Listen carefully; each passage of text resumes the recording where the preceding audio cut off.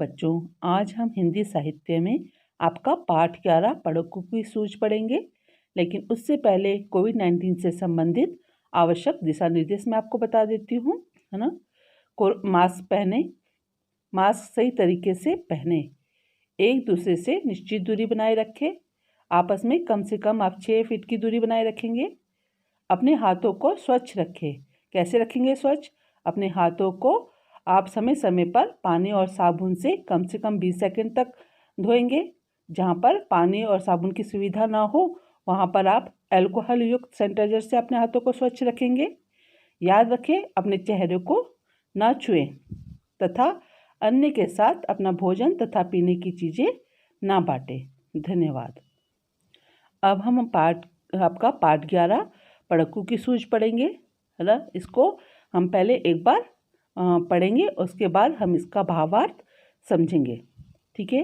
तो आपका एक पढ़क्कू बड़े तेज थे, तर्कशास्त्र पढ़ते थे, जहाँ न कोई बात वहाँ भी नई बात गढ़ते थे।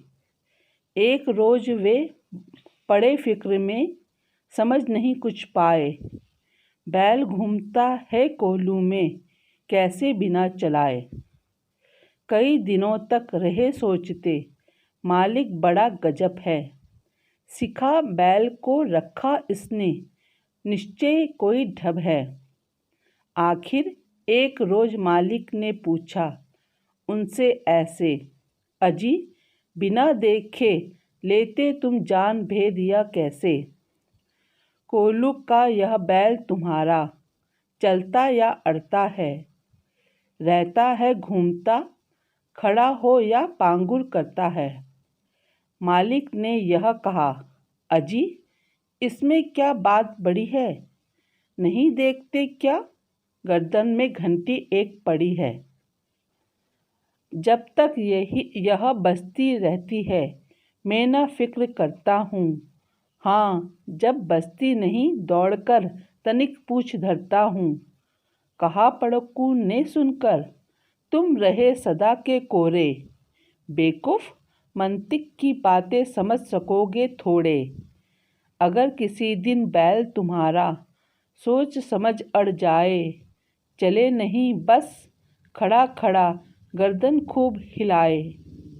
घंटी टुन टुन खूब बजेगी, तुम न पास आओगे, मगर बूंद भर तेल सांझ तक भी क्या तुम पाओगे। मालिक थोड़ा हंसा और बोला कि पढ़क्कू जाओ, सीखा है यह ज्ञान जहाँ पर वहीं इसे फैलाओ। यहाँ अभी सब कुछ ठीक ठाक है, यह केवल माया है, बैल हमारा नहीं अभी तक मंतिक पढ़ पाया है। इसे लिखा है रामधारी सिंह दिनकर जी ने। रामधारी सिंह दिनकर जी इसके लेखक कवि है ना। तो इनके बारे में आपको, इनके जीवन के बारे में संक्षिप्त जीवन परिचय मैं आपको बताती हूँ कि रामधारी सिंह दिनकर का जन्म कहाँ हुआ था। 30 सितंबर 1908 को जिला मुंगेर के सिमरिया गांव में हुआ था। इनकी जो प्रमुख जो रचना थी उर्वशी, इसके लिए इन्हें ज्ञानपीठ पुरस्कार भी मिला था। इनकी जो और कृतियाँ हैं रेणुका, कुरुक्षेत्र आदि हैं, है ना। तो इनका जो निधन हुआ था 24 अप्रैल 1974 को चेन्नई में हुआ था और ये हिंदी साहित्य के गौरव भी हैं। अब हम इसका पाठ पढ़ेंगे, है ना। पाठ का भावार्थ भी समझेंगे। तो एक पढ़क्कू बड़े तेज थे। एक पढ़क्कू मीन्स जो पढ़ा लिखा होता है, बहुत ज़्यादा पढ़े लिखे थे, और वो क्या थे, तर्कशास्त्र पढ़ते थे। तर्कशास्त्र पढ़ने में क्या थे, तब पढ़ते थे तर्कशास्त्र क्या करते थे। तर्कशास्त्र माने किसी एक दूसरे के साथ बैठकर किसी चीज़ के विषय में बातें करना, मतलब एक दूसरे से प्रश्न पूछना और उसके उत्तर देना, ठीक है। जहाँ न कोई बात वहीं पर भी नई बात करते थे, मतलब जहाँ पर भी कोई बात नहीं होती थी वहाँ पर भी वो कोई नई बात निकाल ही लिया करते थे। मतलब ऐसे थे, पढ़े लिखे थे, तो मतलब किसी भी चीज़ का तिल का, मतलब वो कहते हैं ना पहाड़ बनाना, मतलब किसी भी चीज़ से कुरेद कुरेद के कोई ना कोई बात वो निकाल ही लिया करते थे, क्योंकि ज़्यादा पढ़े लिखे थे, उनका दिमाग बहुत ज़्यादा तेज चलता था। एक रोज वे पड़े फिक्र में, समझ नहीं कुछ पाए, बैल घूमता है कोल्हू में कैसे बिना चलाए। तो एक रोज़ क्या हुआ, तब जब वहाँ पे से जाते होंगे वो रोज़, है ना, तो उन्होंने देखा कि कोल्हू का जो बैल है कोई मालिक नहीं है, कोई कुछ नहीं है, और वो अकेला ही कोल्हू में चल रहा है, घूम रहा है अकेले भी। तो जब उन्होंने वहाँ से देखा तो उन्हें बहुत चिंता हो गई कि ये कैसे हो सकता है, ये बैल बिना मालिक के, बिना उसके अकेले ही कोल्हू में कैसे, इसको कोल्हू का बैल जो है अपना आप कैसे चल रहा है। उनको कुछ भी समझ में नहीं आया। कई दिनों तक रहे सोचते, और उनको कई दिन बीत गए इसी बात को सोचते सोचते कि कोल्हू का बैल अपना आप कैसे चल रहा था। मालिक बड़ा गजब है। तो उन्हें उसके जो बैल का जो मालिक था उस पर उसको बहुत आश्चर्य हुआ। तो सिखा बैल को रखा इसने, निश्चय कोई ढब है। तो उन्हें लगा कि उसने बैल को कोई ना कोई इस तरह की कोई तरकीब सिखा रखी होगी जिससे कि वो उस कोल्हू में अकेला ही चलता रहता है। आखिर एक रोज मालिक से पूछा उसने ऐसे, अजी बिना देखे लेते तुम जान भेद या कैसे। फिर उससे रहा नहीं गया पड़क्कू से। उसने कहा क्या करूँ, कई दिनों तक सोचते रहे। तो वो बैल के जो मालिक था उसके पास गया, उनसे पूछा कि आपको बिना देखे कैसे पता चल जाता है कि आपका बैल कोल्हू में चल रहा है या रुका हुआ है। तो इस रहस्य को आप कैसे जान लेते हो बिना देखे। तो कोल्हू का या बैल तुम्हारा चलता या अड़ता है, रहता है घूमता, खड़ा हो या पांगुर करता, तुम्हें कैसे पता चल जाता है। तो उसने उससे पूछा कि तुम्हारा बैल चल रहा है या खड़ा है या घूम रहा है या खड़े होकर पांगुर या मतलब जुगाली कर रहा है, आपको कैसे पता चलेगा। तो मालिक ने क्या कहा, मालिक ने जो उसका बैल का जो मालिक था उसने कहा कि अजी इसमें क्या बड़ी बात है। उसने इसमें कौन सी बड़ी बात है। उस मालिक ने उससे कहा पड़क्कू से, नहीं देखते क्या, गर्दन में घंटी एक पड़ी है। तो उसने कहा आपको दिखाई नहीं दे रहा, मेरे बैल के गले में एक घंटी पड़ी हुई है जो आपको दिखाई नहीं दे रही है क्या। जब तक यह बजती रहती है मैं ना फिक्र करता हूँ, हाँ जब बजती नहीं दौड़कर तनिक पूछ धरता हूँ। उसने कहा कि जब तक इसके गले में बैल की जो घंटी है, जब तक रिंगता रहता है उसके गले में बैल की घंटी जो है बजती रहती है, और मुझे कोई फिक्र करने की जरूरत ही नहीं पड़ती। मुझे पता रहता है कि मेरा बैल कोल्हू में चल रहा है। उसने कहा कि हाँ जब वो घंटी, उसकी गले की घंटी बजती नहीं है तो मैं दौड़ के जाता हूँ और उसकी जो पूँछ है उसको मतलब ऐड देता हूँ, दबा देता हूँ, और जिससे वो बैल फिर से चलना स्टार्ट हो जाता है।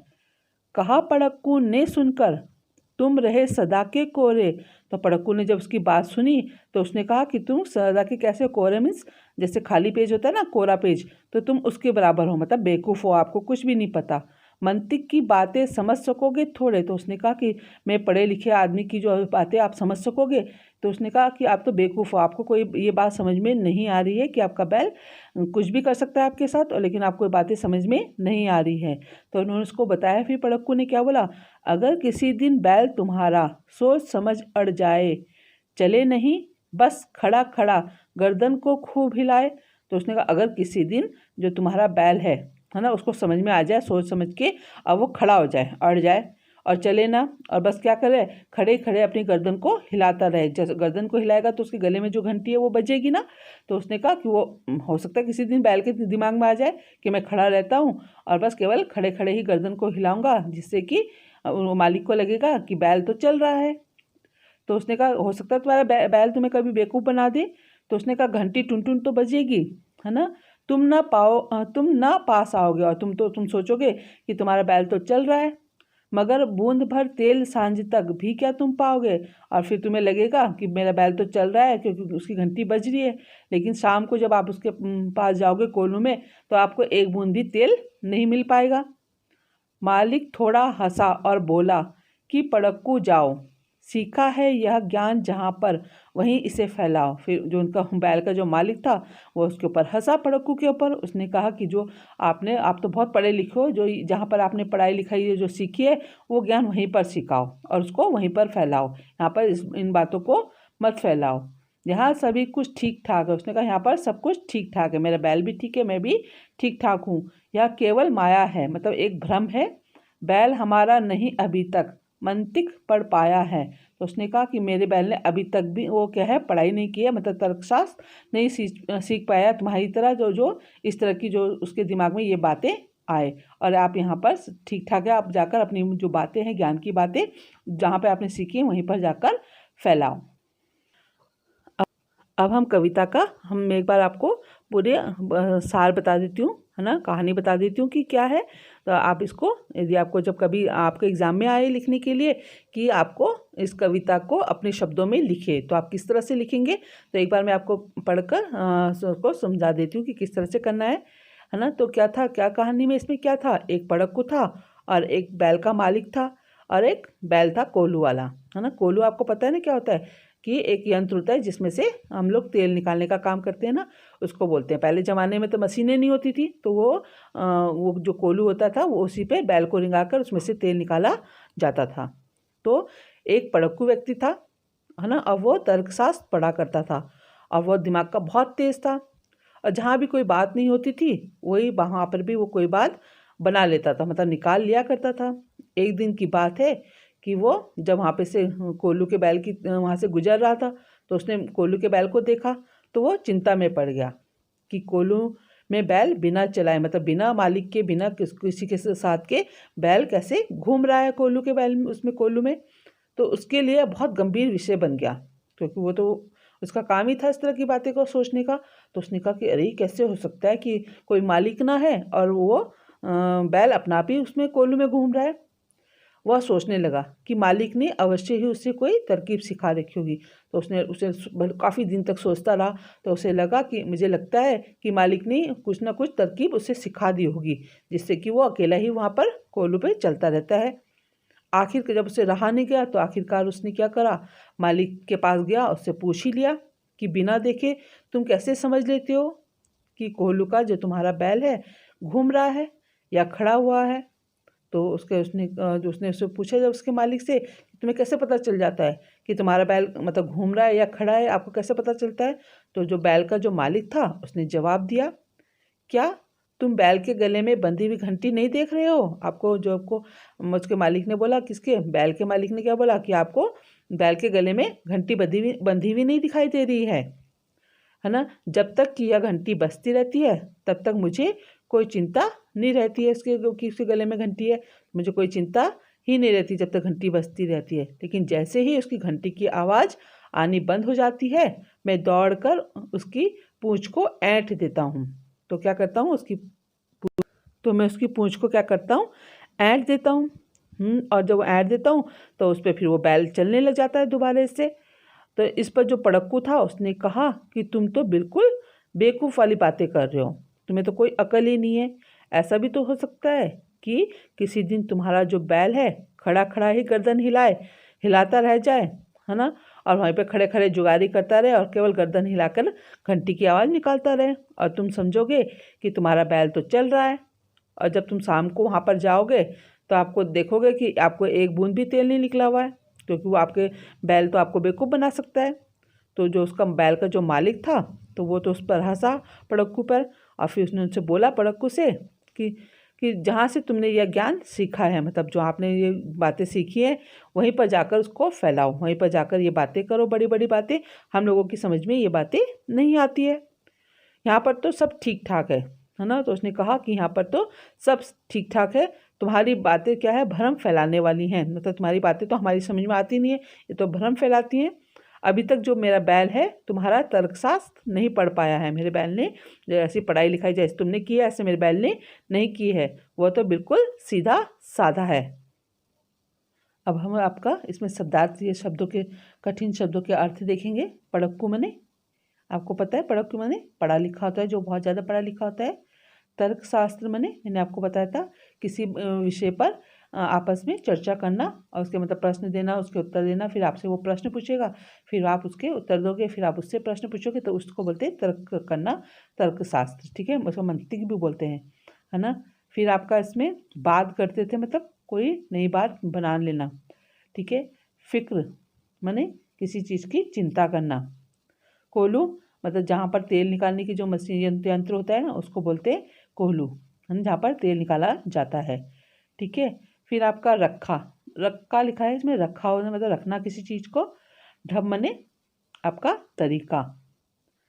फिर इसमें ये है आपका भेद, भेद मने रहस्य या कोई राज, है ना। पांगुर करना मतलब जुगाली करना, ठीक है। मैंने बताया था ना आपको कि वो जो गायें या बैल होते हैं तो वो मुंह चलाते रहते हैं ना, उसको बोलते हैं पांगुर करना या जुगाली करना।